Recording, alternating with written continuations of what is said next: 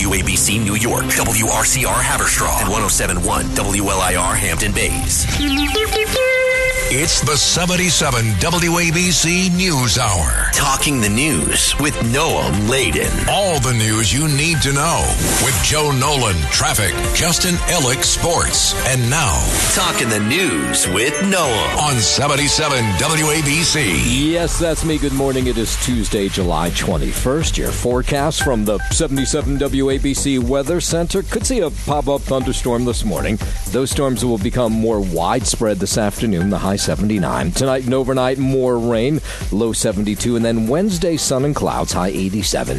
If you're walking out the door with us right now, it's 70 and cloudy in Mount Vernon up in Westchester. It's 71 and cloudy in Montclair over in New Jersey. And it's 69 and cloudy right outside our Midtown studios. This is the Top 5 at 5. Floods, lightning, maybe even a tornado today. Our landlord's fixing the rent in New Jersey. There's been another Legionnaire's death on the Upper East Side. A Bronx woman dies after getting an anti-aging injection. And a Brooklyn woman details how she survived a bullet to the chest. All right, let's get into it at 5:04. Let's start with the weather, which I don't always do, but it's going to be kind of dicey today. So if you're in New Jersey, in the West Milford area, you're going to see some rain early this morning. Here in the city, the showers will probably come a little bit later today, but there'll be multiple rounds of thunderstorms here in the city, most likely between 4 and 11 p.m. tonight. Now, most of the city will see up to 2 inches of rain, but spots could get repeated downpours a little bit later this afternoon with up to 3 inches of rain. You know what that means. Some flash flooding in low-lying areas, poor drainage areas, plus ponding on some roadways and underpasses. So if you're out and about this afternoon, that's when the strongest storms could come through. The wind gusts are going to be bad as well, anywhere from 40 to 60 miles per hour. We're even talking about maybe some hail. And in New Jersey, a possibility of a tornado popping out. So you need to pay attention. Keep it here, 77 WABC WABC radio all day long. No doubt if there's some sort of weather emergency, let's hope it doesn't happen, we'll be all over it right here at the radio station. 5:05, that man who allegedly set off fireworks outside the Lower Manhattan Federal Building yesterday morning was apparently anti-ICE, anti-government. FBI Assistant Director in charge, James Barnacle, says 43-year-old Andrew Arabaka came to the Federal Plaza, 26 Federal Plaza, looking to injure people yesterday. He had 2 axes, a hammer, a machete, and 3 knives. Yeah, he wasn't messing around. Arabaka allegedly set off fireworks, lit a flammable liquid, fired off several pellets from an airsoft rifle at the building. He allegedly yelled out anti-ICE slurs while he was being taken down by the NYPD. 3 were injured. 2 of those hurt had to be taken to the hospital. The building is home to a U.S. Citizenship and Immigration Services office, and Barnacle apparently has long been a target, or he has been associated with extremists. He is an anti-American, anti-government extremist. We know that from what he said. We know that from what he has said post-arrest. And we know that from what his actions that he tried to take today. Now, I should point out it's Arabaka, who's long been connected to extremists. The FBI describing this incident outside the federal building yesterday morning. He poured gasoline onto the ground and ignited it with a lighter and an incendiary device. That device was a firework, a large firework in a canister that proceeded to catch on fire. Pretty big flame, as you've seen on the internet. Now, he served Arabaka as a Army soldier from 2001 to 2004, in the New York National Guard from 2004 to 2005, working primarily as a Patriot missile system mechanic. He left the military with the rank of specialist and had no overseas deployment, but sources confirm he had prior documented history as an emotionally disturbed person, but no past arrests. This apparently was the first one downtown yesterday. 5:09. More than 900 fires are currently burning across Canada, leading to smoke pollution and health alerts all across the country. Of course, we had them here. There was even a little smoke in the air yesterday, still here in the city. Correspondent Maggie Vespa has more from Chicago, which was blanketed in the haze that we saw yesterday. With this smoke still hovering in the air quality alerts have been extended basically throughout the entire day today, with experts recommending people limit time outdoors as much as possible. Yeah, so health alerts were also in effect in parts of Michigan, Wisconsin, Minnesota, Iowa, Illinois, Indiana, Ohio, Pennsylvania, and West Virginia yesterday. It's pretty serious. This was New Jersey's MetLife Stadium Saturday, just 24 hours before Sunday's World Cup final, when conditions thankfully improved. Chicago's air quality deemed unhealthy again today. Yeah, so President Trump suggesting that Canada face tariffs or at least a bill for wildfire smoke that has covered large sections of the northeastern U.S. The president says he told Canadian Prime Minister Mark Carney that Ottawa needed to do more to control those fires or pay for the damages. 5:10 getting this in this morning, but right before we came to air, a man stabbed and wounded 2 American tourists near the ancient Acropolis in Athens this morning. The attacker, a man, he went after this man and woman, both Greek Americans apparently, with a knife on a street near an entrance to the Acropolis itself and near the entrance to the Acropolis Museum, which lies right at the foot of the Acropolis Hill. The woman suffered injuries to her leg, while the man was more seriously hurt with wounds to his arm. We don't have a whole lot more on this, but the attacker was detained at the scene. The 2 victims transported to the hospital. We don't know their identities. We don't know what the motive for the stabbing was either. Of course, as more information comes in on that story, we'll pass that on to you. 5:11, while we're overseas, the 2 soldiers killed in Iranian strikes in Jordan over the weekend identified now. CENTCOM saying that they were 25-year-old First Lieutenant Tyler James Feehan and 19-year-old Private Isabella Gonzalez. That's correspondent Keir Simons. The Pentagon says the soldiers were in Jordan supporting Operation Inherent Resolve, which is the name of the mission against the Islamic State. Meanwhile, another service member was killed in Iraq on Saturday. That soldier has not been identified. Simons reports a U.S. service member was also killed in northern Iraq. That person hasn't been named yet, but CENTCOM says that it was while an Iranian drone was being made safe that had landed in that region, a region where there are also U.S. bases. And President Trump is scheduled to attend the dignified transfer of the remains of those service members. That'll take place tomorrow at Dover Air Force Base in Delaware.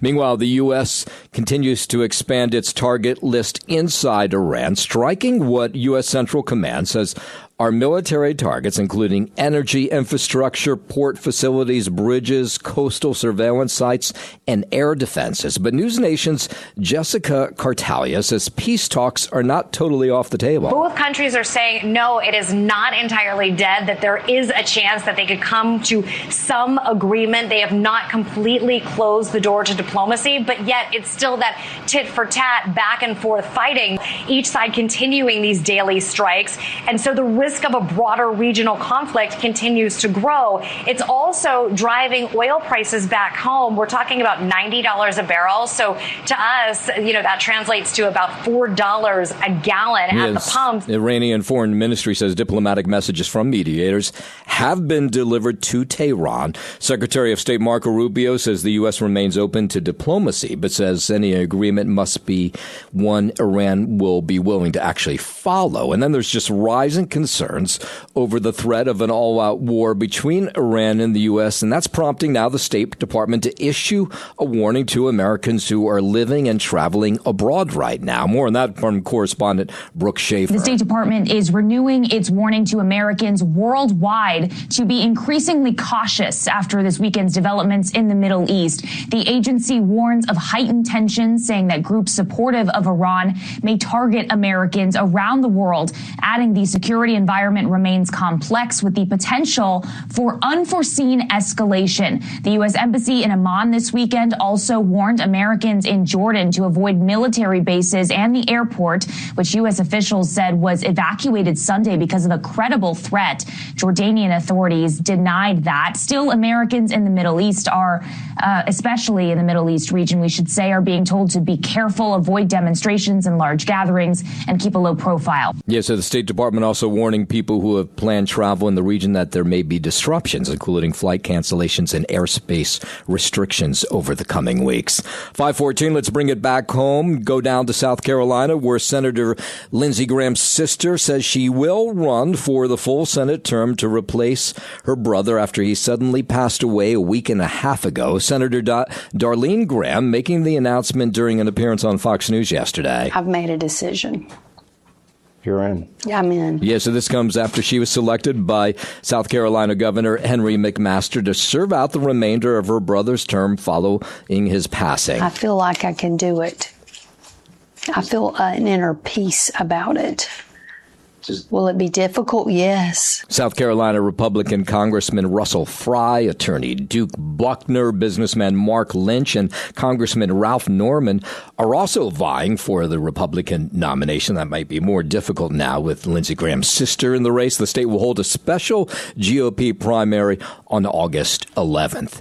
In a moment, we'll tell you about a new twist in the investigation of that parasite suspected of making thousands of people sick across the country. We'll give the latest on that in just a moment. But first, 5:15, let's head over to the 77 WABC Sports Desk. Good morning, Justin Ellick. Good morning to you, Noah Maladen. Start out here in the Bronx. Jazz Chisholm Jr. homered in consecutive at-bats against All-Star Braxton Ashcraft and drove in 5 runs, powering the Yankees to an 8-5 victory over the Pittsburgh Pirates. Both benches and bullpens emptied after Jose Caballero bounced into an inning-ending double play against reliever Dennis Santana in the 8th. Santana became heated and started yelling at Caballero on the field before order was restored after a few minutes without any punches or ejections. Never any punches in these on-the-field benches clearing baseball. What were they yelling about? I don't know. I mean, Caballero does this thing when he's hitting usually where he screws with the timing of the pitcher. He doesn't make... You have to make eye contact now with the opposing pitcher. He's a jackass. Who, Caballero? Yes. Stand in the box, pick your bat up, and hit. Wait, so what exactly happened? On the matter? You're supposed to make eye contact with each other. But he uses every bit of the clock that he can, so that timing is really, the ball is in his court as to when the pitcher can throw the pitch. I got you. So he's trying to throw off the pitcher. Yeah. Yes. Basically. Well, the pitcher's waiting for him to pick his head up. Right. Because if they throw it too soon, he complains. Right. And there's a rule that says you have to engage the hitter. So now who ran at who? Well, to be honest, I didn't see this live, but Santana got pissed off after Caballero hit into this double play, and presumably it was because of the way Caballero was trying to dictate the timing in the box. He sort of ran towards him first? Yeah, I guess so. Oh. Yeah, but it was a great inning-ending double play, so it's like, get off the field. Like, let's move on here. Yeah. The inning's over, you got the guy out, and not only that, but, you got him to the ground and do a double play. You did the job. I got to be honest, I kind of like when the bench is clear. I don't know. It's a little excitement on the field. I'm just hoping at some point somebody actually gets punched in the face. But the Yankees did squander an early 4-run cushion. Chisholm's 10th career multi-homer game, his first since September 2nd last year, helped the Yankees win for the 3rd time in their last 12 home games. Chisholm hit a 3-run drive in the first and a 2-run shot in the 3rd, giving him homers in 3 straight plate appearances dating back to Sunday night. Up next for the Yankees, Will Warren gets a start against Pittsburgh's Bubba Chandler in tonight's middle game of this 3-game series. First pitch from Yankee Stadium is scheduled for 7:05 p.m. In Milwaukee, the Mets fell 8-3 in the opener of a 3-game series against the Brewers. Starting Freddie Peralta gave up 7 runs over 5 1/3 innings while facing the Brewers for the first time after pitching for them from 2018 to 2025. Up next for the Mets, Zach Thornton will start against Brewers righty Brandon Sproat in tonight's middle game. First pitch from Milwaukee is scheduled for 7:40 p.m. That's your Sports Noam, and I'm Justin Ellick on 77 WABC. There is a new twist in the investigation of that parasite suspected of making thousands of people sick across the country. The FDA now says, of course, iceberg lettuce from the Mexico-based Taylor Farms is not the source. We found that out yesterday. So, of course, the question is, What is the source? Well, they just don't know. The FDA says a sample analyzed from that company was a false positive. And Dr. Omar Awan says uncertainty over whether the cyclospora parasite came from means that people need to watch what they eat. And we're being told it's really like fruits and salads. So be careful. This outbreak is still being investigated and that we have to be as cautious as possible. So that still means we should avoid lettuce, avoid produce, things like basil, cilantro, snow peas, raspberries. Yeah, so no salads. And if you are, I guess you got to triple wash them. So far, there have just been under 1,700 confirmed cases of cyclospora, but you get the sense that's probably much higher because people don't run to the doctor. More than 5,000 under investigation. The parasite causes severe gastrointestinal illness. Some people like to call it explosive diarrhea.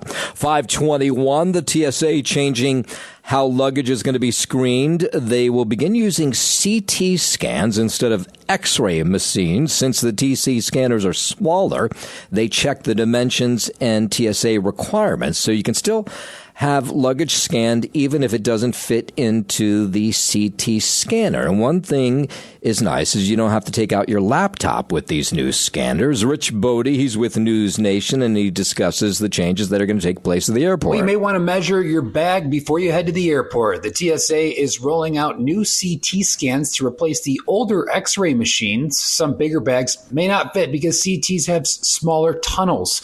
Now, on the plus side, because CTs are more powerful, you don't need to take your computer or anything out. The technology allows agents to rotate your bag 360 degrees and creates a 3D scan, giving a better look inside. Okay, so the thought is you'll be safer and it'll be quicker, so that's a good thing. 522, the Tour de France has been plunged into controversy. In 2012, when Lance Armstrong was banned for life, passive post-race testing was replaced with proactive monitoring. For example, race leaders Tadej Pogacar and Jonas Vingegaard were awoken in the middle of the night for testing, talking 2 a.m, and this was ahead of the grueling Alpine Stage 15, a Category 5 mountain climb. Well, Vingegaard crashed that next day, broke his collarbone. Many convinced the loss of sleep heavily contributed to that, but the International Testing Agency counters that out-of-hours testing is vital to catching doping in modern cycling.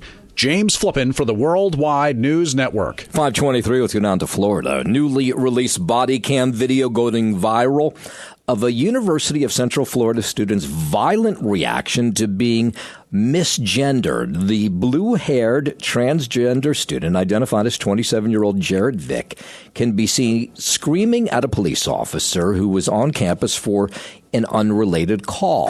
Can we get another unit to deal with Jay Lee here? He is having a breakdown. Wow, oh my God. Just say the right pronoun! Yeah, he didn't like that they were using the wrong pronoun. Vic was eventually taken into custody after being pepper sprayed and cuffed. He pled not guilty to battery on a law enforcement officer, resisting arrest, disorderly conduct. That's what we found out in the court records released yesterday. I just want to get away from him. I understand that. Say! Stop misgendering me! Yeah, this was a little hard to watch. I saw it came in my TikTok feed yesterday. Not sure why it was released yesterday, but the bizarre arrest took place last winter, and the case, apparently, according to Orange County records, is now closed. 524 in Texas, Governor Greg Abbott touring some of the areas of the Texas Hill Country that were hit last week by heavy storms. That was the exact place where those camps were flooded out last summer, where 25 children were killed, 2 counselors. So Greg Abbott said things went a lot better this time around. The flooding this year was worse than the flooding last year. Yeah, but he was in Kerr County where 135 houses were either destroyed or severely damaged. Just because the skies may be clear here right now doesn't mean that the aggregation of water that's flowing downstream has peaked. Yeah, but the good news was that the alarms in place that they put in place after last year's heavy floods, they seem to have worked. Downstream, the waters will continue to rise and continue to pose dangers for those local communities. Yeah, but he says the warning systems are in place. Cities were warned about that potential for flooding last week. 525, just at the heat of the summer, reaches its high point. Thieves apparently are targeting air conditioning units to strip them for copper parts. Correspondent Nancy Liu has more. Among the latest targets, several businesses in Pasadena, including a pet hospital and a bakery, where the thieves stole copper wiring from a rooftop air conditioning unit. A sign the criminals are after the copper components and parts more than the air conditioning. Now, HVAC systems have also been gutted at businesses in Colorado, Nevada, and other states, making the summer heat wave even harder to handle. Yeah, police say to install heavy-duty, tamper-resistant steel cages around rooftop units and set up motion-activated security cameras around your air conditioning. It's going to be like a major hassle. In Philly, police are right outside Philly. Police investigating that home invasion of the house of former Giant running back Saquon Barkley. Police sharing NFL superstar Saquon Barkley and his family were inside their Philadelphia area home Saturday when burglars broke in. That's correspondent Morgan Chesky. He says the Tredyffin Township Police looking for a white SUV and at least two people. Now, of course, we've seen this across the country where you have these thieves breaking into the homes of professional athletes when they know they're not home, right? They're at away games and that kind of thing. In this case, of course, he was home because it's a training camp, and so they don't know if it's connected to those crimes. And maybe this is just some individual who thought somebody wasn't home and then ran into Saquon Barkley. Barkley's close call comes after a recent string of high-profile burglaries. In 2024, thieves broke into the homes of multiple athletes, including Kansas City Chiefs quarterback Patrick Mahomes and tight end Travis Kelce, stealing more than $2 million worth of cash, jewelry, and memorabilia. Now, in this case, it seems they didn't get away with anything, but of course they ran into the family inside the house. We know there's more than one, but we're still trying to determine how many were involved. Yeah, so authorities are investigating whether this incident is connected to that string of thefts targeting professional athletes, but it kind of sounds like it's not. It's the 77 WABC News Hour. Talking the news with Noam Laden. All the news you need to know with Joe Nolan, traffic, Justin Ellick, sports. And now, Talking the news with Noam on 77 WABC. Yes, that's me. Good morning. It is Tuesday, July 21st. Your forecast from the 77 WABC Weather Center. Could see a pop-up thunderstorm this morning. Those storms will become more widespread this afternoon. There's even a tornado warning in Jersey. The high going to be 79 tonight and overnight. More rain, low 72, and then Wednesday, sun and clouds, high 87. If you are walking out the door with us right now, so happy you are. 70 cloudy in Mount Vernon up in Westchester. It's 71 and cloudy in Montclair over in New Jersey.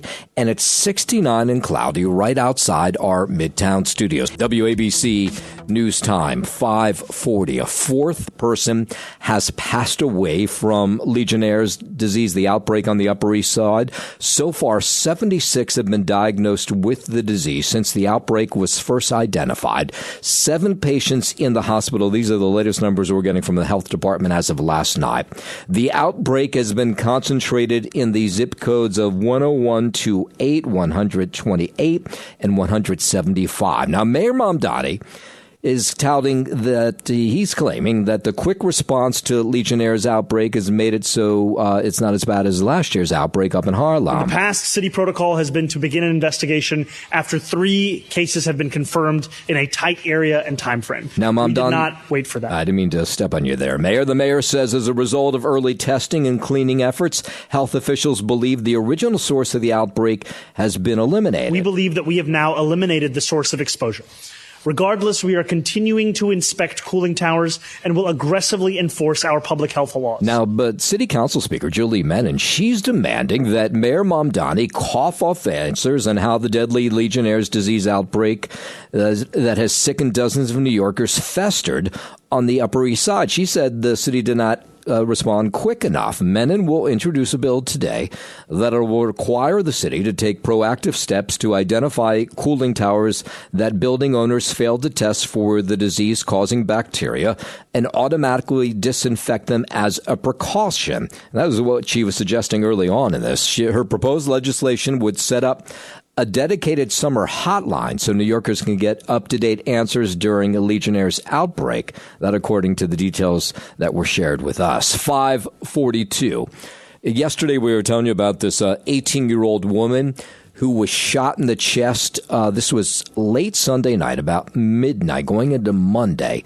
She was waiting for a subway at the Medgar's Evers College subway station when a man came up to her and demanded she hand over her purse. Well, she fought to hold on to that purse, and that's when he pulled out a gun. He put it to her chest, and he fired at her. Now, the amazing thing is she's going to be okay. In fact, she's home today.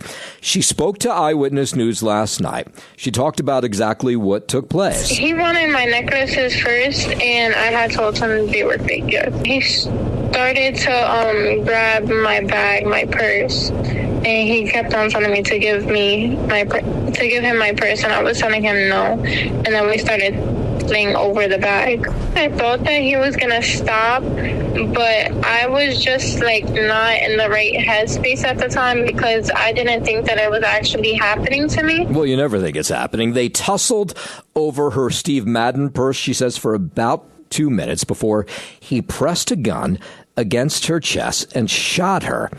She was on her way home from work. Miraculously, she walked away with a flesh wound as the bullet apparently went through her chest and out her upper back. Today I feel a little better. I'm just getting used to everything and the pain. It just wasn't clicking in my head, the scenario, like what was going on. Okay. Until afterwards. Yeah. Oh, when you're in the middle of it, you're freaking out. So she fell to the ground. The guy was able to get her bag. She did not need surgery. And in fact, as of last night, she was released from the hospital and told to rest at home, which is what she's doing this morning. I was surprised that it was minimal damage. I did think it was going to be worse only because of where the spot was. Yes, so here the police were able to track her cell phone, which was in that Steve Madden handbag, to another location on Pacific Street. But when they got there, they found a few of her items that were stolen during the robbery that were on the ground, but no sign of the guy who shot her. Amazingly, though, she's alive and doing okay. Now they just got to find the creep that shot her, and I imagine that just be a matter of time. In a moment, we'll head up to the Bronx and tell you about a woman who died after being given an injection of an anti-aging serum. We'll get into that story in just a moment. But first, 5:45, let's head over to the 77 WABC Sports Desk.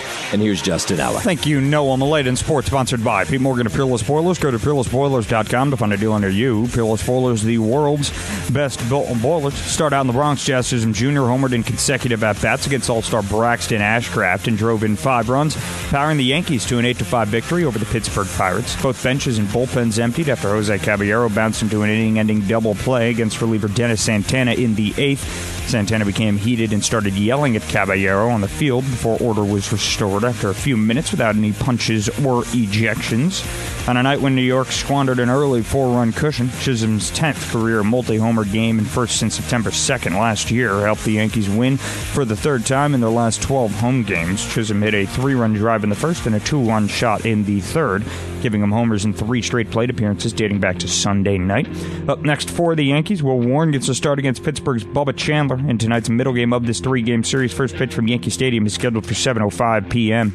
And out in Milwaukee, the Mets fell 8-3 in the opener of a 3-game series against the Brewers. Starter Freddie Peralta gave up 7 runs over 5 1/3 innings while facing the Brewers for the first time after pitching for them from 2018 to 2025. Up next for the Mets, Zach Thornton will start against Brewers righty Brandon Sproat in tonight's middle game. And the first pitch from Milwaukee there is 7:40. That is your sports, sponsored by Pete Morgan of Peerless Boilers. Go to peerlessboilers.com to find a deal near you. Peerless Boilers, the world's best built boilers. I'm Justin Ellick on 77 WABC. WABC News Time, 5:48.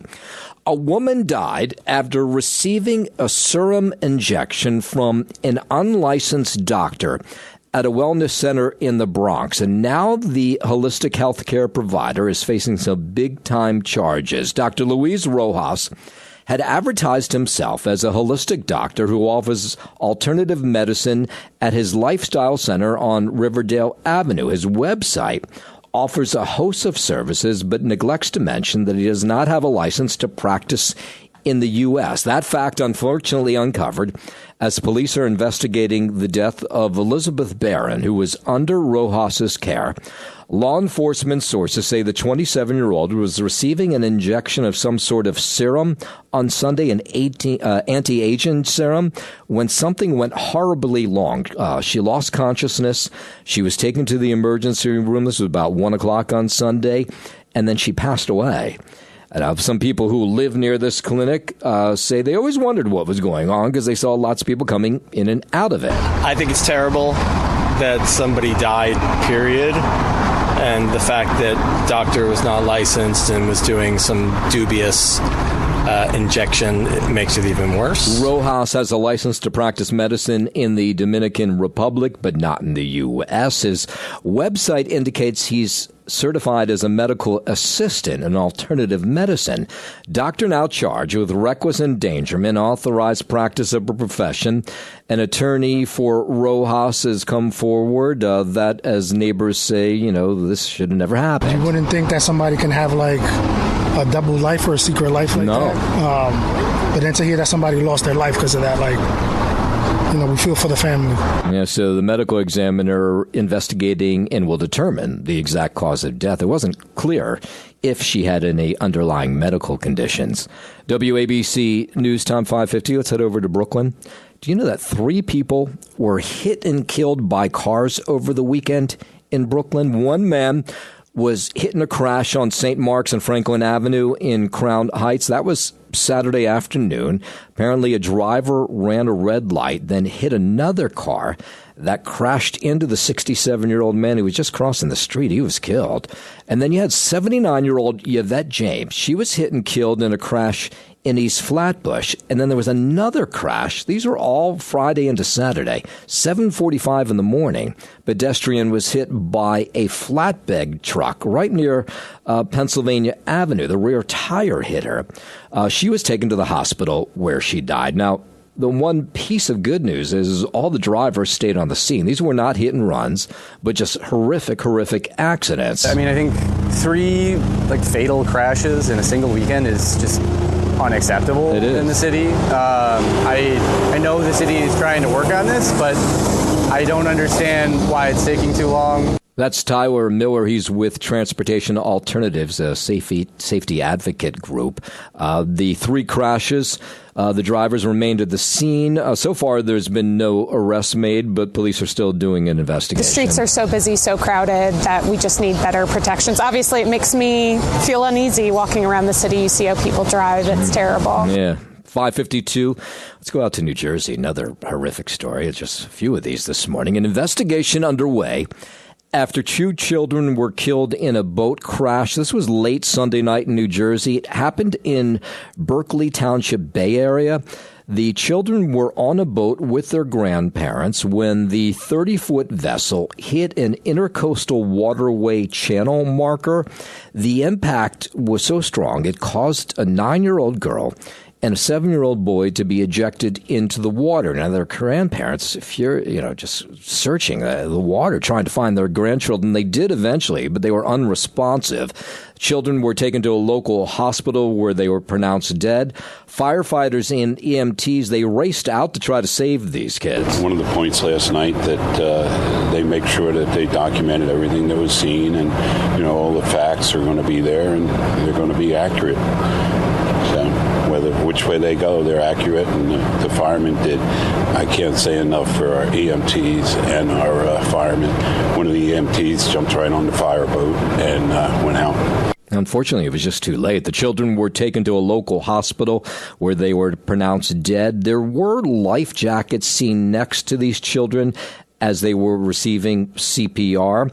Officials say all the lights on that channel marker were working and on at the time of the accident. Now, of course, this is horrific for the family, but it's horrific for the firefighters, too, who raced to the scene. One of them is somebody who's about to have a kid. This is a real tragedy. The water is unforgiving. I did hang out at the firehouse, and tomorrow night they're having a meeting. And, I was a medic in Vietnam, so, I've seen this, so I consoled the the firemen, the 2 firemen that ran out there. And actually, the 1 fireman is having a baby this month, and he's out there giving CPR. So it's unfortunate. Yeah, so the crash remains under investigation this morning. Mayor Mamdani yesterday doubling down, maybe it's tripling down at this point, on his plans to arrest Israeli Prime Minister Bibi Netanyahu if he were to come to New York for the General Assembly, which no doubt he will. The Israeli leader is expected to visit the Big Apple in September. Here was Mamdani yesterday as reporters asked him about this again. My administration will follow all applicable local laws.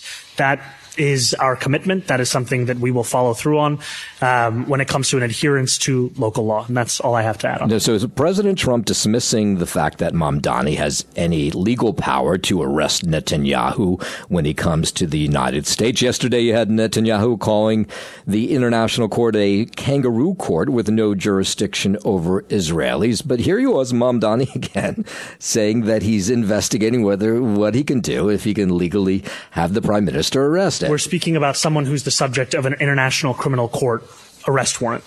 And he's the subject of this arrest warrant for alleged crimes against humanity, for war crimes, and he's the architect of the genocide against Palestinians in Gaza. These are not facts of my personal assessment. They are facts of public record. Now, he knows he can't arrest him. You and I know that he can't arrest him, but he still continues to talk about it. You had Rabbi Joe Potasnik. He served on the mayor's transition team, and here's what he had to say about all this yesterday. If you're the mayor, you should find opportunities to bring communities together, not to tear them apart. Yeah. So I wish he would focus on that and not the other. Yeah, well, apparently he's not going to do that. Let's end with this one over in New Jersey. They began the new e-bike law enforcement yesterday, which means that riders who don't comply with this sweeping set of new requirements, including obtaining a license, registering their bike, and wearing a helmet, can now be ticketed. Now, we have this in the city. You've seen these guys all over the place on these e-bikes. A lot of times they're kids. We see lots of people being hit by these bikes. So now you need to have a license, and if you don't, you'll be pulled over. Well, they'll pull you over anyway, maybe just check you do. Here's the people in Westfield. There's the officers, the police. They say they're going to start enforcement of this. We've had issues of juveniles kind of riding throughout town, like having fun, but sometimes getting into the roadways, driving in large groups. And a lot of that has to do with possibly them not knowing like the rules of the road. Yes. So, of course, some of the issue is these are new drivers, right? They're on e-bikes. They may have not had any sort of driving lessons whatsoever, and so they don't know the rules of the road. If they're operating a vehicle in an unsafe way, I don't care what age it is, they're going to be stopped in order to advise them that their behavior is inappropriate and that could jeopardize their safety. Yeah, so they started making these stops apparently yesterday. Thanks for listening to the News Hour with Noam Laden. You can hear the News Hour with Noam Laden weekday mornings at 5 on 77 WABC. If you like the podcast, share it with your friends and listen anytime at WABCRadio.com and download the WABC Radio app. Hit that subscribe button on all major podcast platforms. Plus, follow WABC on social on Instagram, TikTok, Facebook, and X. See you next time for a new episode, so you never have to wonder. What the heck is going on here?